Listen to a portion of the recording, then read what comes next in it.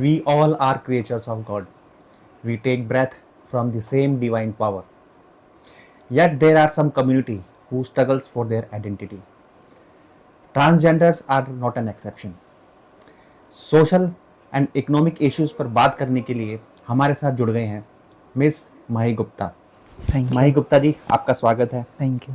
और प्रीति जी, आपका भी स्वागत है।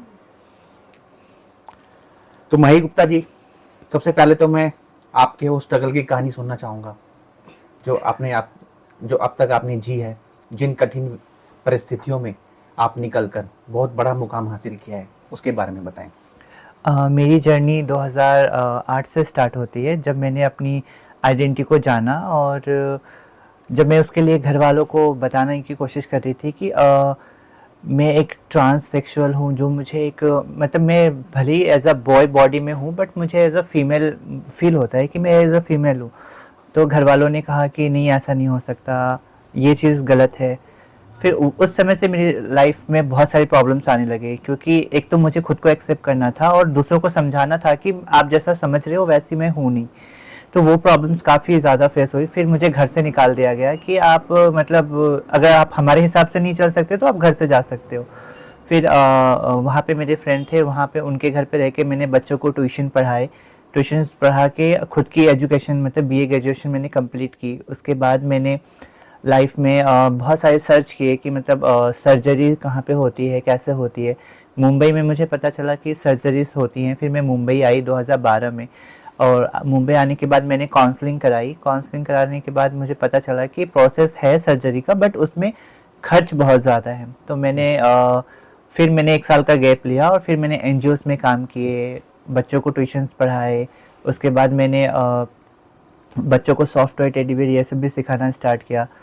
तो इन सब से मैंने अपने पैसे थोड़े जमा किए। फिर मैंने अपनी सर्जरी प्रोसेस स्टार्ट किए, और सर्जरी प्रोसेस स्टार्ट होने के बाद 2016 में मैं गांव गई थी। नवंबर दिसंबर का टाइम था, और गांव में मैं जेंडर चेंज कराने के बाद गई थी, तो एज अ फीमेल गई थी।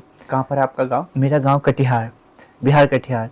तो वहाँ पे मैं जब अपना जेंडर चेंज कराने के बाद गई, तो लोगों का ऐसा कहते हैं ना, वो एक हुजूम आ गया था कि मतलब अरे माही ने अपना जेंडर चेंज कराया है, चल के देखना है कि मतलब क्या है नहीं है। तो मेरे फ्रेंड के रूम पे मतलब 100-200 लोग उनके गेट के पास है, 200 लोग विंडो पे हैं, कुछ टेरेस पे चढ़े हुए कि वो कहीं से दिखे कि मतलब उसने जेंडर चेंज कराया है, कैसे है नहीं है। तो वो एक टाइम था मेरे लिए कि बहुत प्रॉब्लम हो रहा था मुझे, मतलब सांस लेने की कहते हैं ना, वो डर के मारे सांस नहीं ली जाती थी।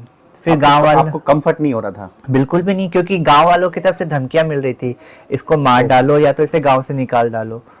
और फैमिली से भी सपोर्ट नहीं था, क्योंकि वो बोलते थे वो चेंज हो गया है तो वो हमारे बच्चे हैं नहीं।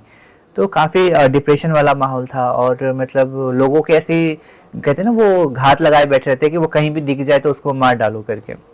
वो सिचुएशन मेरे साथ थी। तो उस समय मुझे ऐसा लगता था कि अगर मैं वेल एजुकेटेड हूँ, पढ़ी लिखी हूँ, मैं अपने गाँव के लोगों को जानती हूँ कि वो कितने मतलब उनके घर में क्या है नहीं है, और उसके बाद अगर मैं अपने लिए नहीं लड़ पा रही हूँ, तो मुझसे भी बहुत कम एजुकेशन वाले लोग हैं जो सरवाइव करने में बहुत प्रॉब्लम उनको होती है, वो अपने हक की लड़ाई भी नहीं लड़ पाते। तो मैंने कहा था अपने अंदर कि अगर मैं अपने गांव में अपनी जगह नहीं बना पाई तो फिर मैं और कहीं अपनी जगह नहीं बना सकती। तो मुझे मेरे लिए भी लड़ना है, और मेरे पीछे जो ट्रांस कम्युनिटी आगे नहीं बढ़ पा रही हैं, जो डर रही हैं, या फिर जो लोग सोचते हैं कि ये सिर्फ बैगिंग या सेक्स वर्क करेंगे, उनका नज़रिया मुझे चेंज करके ट्रांस कम्युनिटी के लिए एक अलग लाइफ सेट करना है।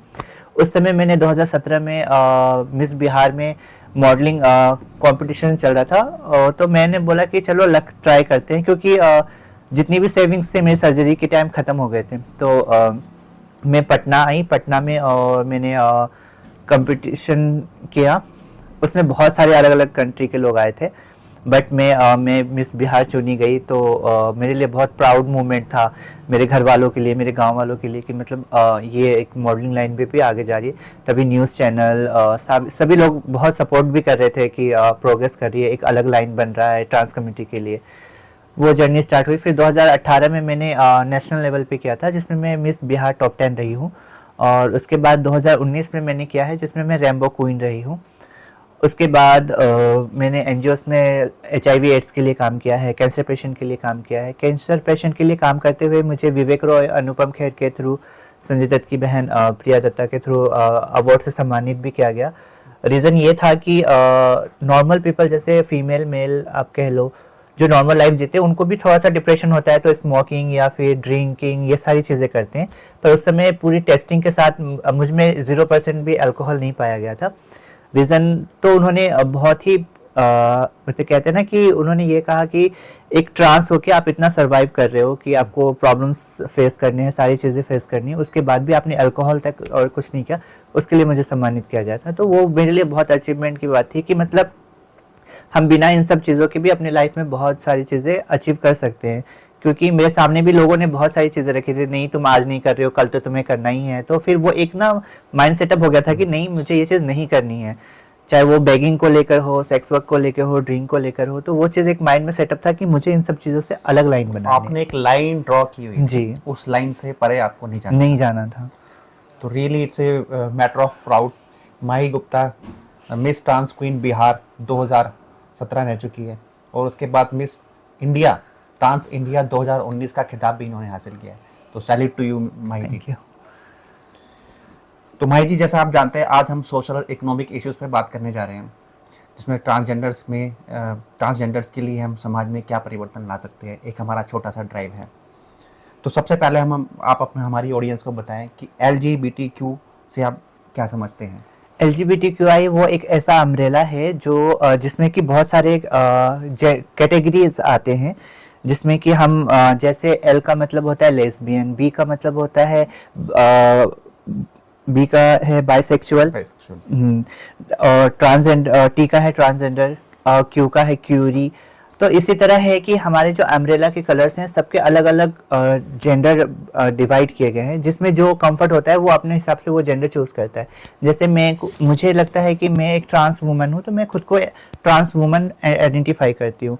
जो गे है, जो मतलब एज अ बॉय बॉडी में ही रह के अपनी लाइफ सर्वाइव करना चाहते हैं, तो उन्हें गे कहते हैं। लेस्बियन जो फीमेल होके फीमेल के साथ खुश हैं, उन्हें लेस्बियन कहते हैं। तो इस तरह से बहुत सारी कैटेगरीज हैं जो डिवाइड की गई हैं। ट्रांसजेंडर्स का बेसिक मीनिंग क्या है? What is the exact meaning of transgender? Transgender का मीनिंग ये है कि मतलब अगर आप एज अ बॉय बॉडी में पैदा हुए हो और आपको लगता है कि मैं इस बॉडी में कंफर्टेबल नहीं हूँ और मुझे फीमेल में कन्वर्ट होना है, तो वो ट्रांस मतलब आपने अपना जेंडर चेंज किया है, उसे ट्रांससेक्सुअल कहते हैं, ट्रांसजेंडर। तो transgender it means it's a biological process जी, जो आप मेल और फीमेल बाइनरी में एग्जिस्ट नहीं करते जी, that are those are known as transgender जी। ओके। तो आमतौर पर ट्रांसजेंडर्स कम्युनिटी के प्रति लोगों का क्या नजरिया रहता है? देखिए जैसे बहुत सारे पुराने रीति रिवाज से भी आप देखेंगे तो ट्रांस कम्युनिटी को हमेशा लोगों ने बेगिंग, बधाई बस्ती, मतलब ब्लेसिंग देने के लिए यूज़ किया है कि वो बधाई बस्ती और ब्लेसिंग के लिए ही करते हैं। बट ऐसा नहीं है। उससे भी हटके आज के दौर पे हमारी ट्रांस कम्युनिटी बहुत आगे बढ़ चुकी है। कोई मेकअप आर्टिस्ट है, कोई पुलिस में है, कोई वकील हैं, और आज जैसे हमारी कम्युनिटी में है कि हम मेट्रो में भी जॉब करते हैं, उसी तरह कोई मॉडलिंग लाइन पे है। तो सभी लोगों ने अपना एक अलग एजेंडा लेकर अलग अलग फील्ड में अपना अपना परचम लहराया है, और कोशिश आगे यही है कि हम इसी तरह और भी सोसाइटी में अपना जगह बनाएं, और एक हमारे जो पीछे कम्युनिटी हमारे भरोसे आगे बढ़ रही है, हम उनको अच्छी अच्छी प्लेसों पे फिक्स कर पाएं। मैंने सुना है बच्चों के लिए आपने अनाथ बच्चों के लिए कुछ किया है। मैं चाहता हूँ हमारे ऑडियंस को मैं मेरे अंदर जो हुनर थी वो मैं चाहती थी कि मैं कुछ बच्चों को देके जाऊं कि अगर मैं रहूं ना रहूं, उनके आगे सरवाइव करने में उनको प्रॉब्लम ना हो।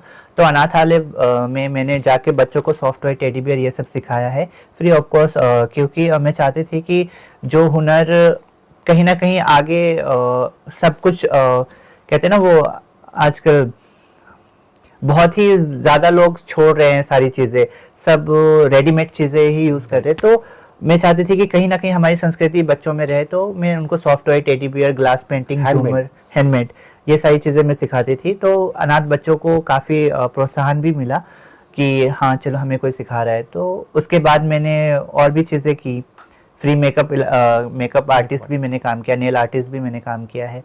तो इसी तरह मैंने अपना फील्ड हमेशा, मतलब कहते हैं ना, सीखने की लालसा में मैंने अपनी फील्ड को चेंज करते करते मैं सारी चीजें सीखने की कोशिश करती रही हूँ। जिससे कि हमारी कम्युनिटी को आगे बहुत सारी प्रोसेस में काम मिले। बिल्कुल माही जी, यू आर एन इंस्पिरेशन। और जैसा कि आपने बताया आपको मेट्रो में 3 साल भी हो गए हैं जी। और 3 साल, इन बीते 3 सालों में इनकी कोई कंप्लेंट्स नहीं और इनको कई सेलिब्रिटी से अवार्ड भी मिल चुके हैं। So they don't need to change their perception, it's you which who needs to change their perception about them. So माही जी, हमारा अगला सेगमेंट है अस्तित्व की लड़ाई, आइडेंटिटी, स्ट्रगल फॉर आइडेंटिटी। सो पहली बार जब आपको पता लगा कि आप दूसरे बॉयज और गर्ल्स से अलग हैं, तो आपके पेरेंट्स का क्या रिएक्शन था? पेरेंट का रिएक्शन ये था कि तुम्हारे दिमाग का फितूर है, डॉक्टर को दिखाएंगे, या फिर वो कहते हैं ना वो झाड़ फूक करा लेंगे, या फिर तुम्हारी शादी करा देंगे तो तुम ठीक हो जाओगे, तुम्हारा वहम है ये सारी चीज़ें। तो उनको समझाना था, प्लस खुद के बारे में भी उतना नॉलेज नहीं था कि कहाँ से जेंडर चेंज होगा, इसे लोग एक्सेप्ट करेंगे या नहीं करेंगे। तो खुद से भी लड़ाई थी, फैमिली से लड़ाई थी, समाज से लड़ाई थी, और तो इन सब चीज़ों में काफ़ी उलझन थी। पहले तो खुद को समझा था। पेरेंट्स से कोई सपोर्ट नहीं था? बिल्कुल भी नहीं। वो नहीं समझ पाए कि हमारे बच्चे के साथ क्या हो रहा है। बिल्कुल भी नहीं। ये बहुत ही डिफिकल्ट सिचुएशन होगी। तो इस सिचुएशन से आपने कैसे कोप किया? जब फैमिली मेंबर ने मुझे घर से निकाल दिया तो फिर मैंने ये सोचा कि ठीक है, फैमिली मेंबर ने घर से निकाल दिया, एक प्रॉब्लम सॉर्ट आउट हुई है, वो मुझे समझ नहीं पा रहे हैं, ठीक है, वो मैं बाद में समझाऊंगी, पहले मैं खुद को समझने के लिए अपना प्रोसेस स्टार्ट करूं। तो पेरेंट्स ने घर से निकाल दिया? जी। It's really sad news. ऐसा एक माही नहीं, ऐसी कितनी माही होगी हमारे समाज में जो अपने जिनकी फैमिली अपने बच्चों को त्याग देते हैं, वो अबंडेंस देम। सो उनके बाद जब व्हेन दे अबंडेंस देम, तो उनके पास खाने के लिए खाना नहीं होता, रहने के लिए घर नहीं होता। तो कैसी परेशानियों का सामना करना पड़ता है, इसके बारे में बताएं। उस समय बहुत सारी परेशानी होती है, क्योंकि ऐसी प्रॉब्लम सिर्फ आपके साथ नहीं है, बहुतों के साथ मैंने भी सुना है, ऐसी बहुत ही आम है ट्रांसजेंडर्स के साथ। बट अभी के मुकाबले देखा जाए तो अभी बहुत सारी सुविधाएं उपलब्ध हैं ट्रांस कम्युनिटी के लिए, क्योंकि आजकल सेंटर होम बन चुके हैं, ट्रांस वुमन हो, ट्रांस मैन हो, उनके लिए सेंटर होम बन चुके हैं जो उनको रहने की जगह प्रोवाइड करती हैं 2 मंथ के लिए, 3 मंथ के लिए, कि आप 2 मंथ रह के आप जॉब सर्च कर सकते हो या फिर कुछ कर सकते हो, तो आप अपने हिसाब से करते हो। तो आज वो सेंटर होम है ट्रांस कम्युनिटी। हमारे टाइम में 2012 में जब मैं निकली थी तो मेरे पास ना ही घर था ना ही कुछ था, बस मुझे एक ये होप थी कि मेरे पास एक शिक्षा है जिसकी वजह से मैं बच्चों को ट्यूशन पढ़ा के अपना सर्वाइव कर सकती हूँ। तो उस हिम्मत पे मैं घर से बाहर निकली थी। फिर मुंबई में मुझे अबीना जी मिली। अबीना जी ने मुझे कहा कि अगर आपको इस प्रोसेस से गुजरना है तो इसका ऐसा ऐसा प्रोसेस है, आपको ऐसे गुजरना पड़ेगा, ट्रांस कम्युनिटी में आके आपको मिलना पड़ेगा लोगों से। तो फिर मैंने वो प्रोसेस भी स्टार्ट की, और अबीना जी को देख के मुझे बहुत अच्छा लगता था कि मतलब वो एक ट्रांस कम्युनिटी में होके एक अपना माइंड सेटअप एक अलग प्रोफेशनल लाइन में रखती थी, जैसा मैं चाहती थी कि मतलब जॉब लाइन में हो, आपको एक लोग अलग इमेज में देखे। तो मैं अपना आइडियल भी उनको मानती हूँ अबीना जी को। तो अबीना जी आपके आइडियल है गुरु जी, की तरह माँ है मेरी वो। अच्छा, माँ है जी। तो वो मेरी एक आइडियल भी है, और काफी अच्छा लगता है कि मतलब लोग आपको बैगिंग, सेक्स वर्क या बधाई बस्ती से अलग देखते हैं कि आप एक प्रोफेशनल लाइन पे हो और एक नॉर्मल लाइफ जी रहे हो अपनी सोसाइटी में।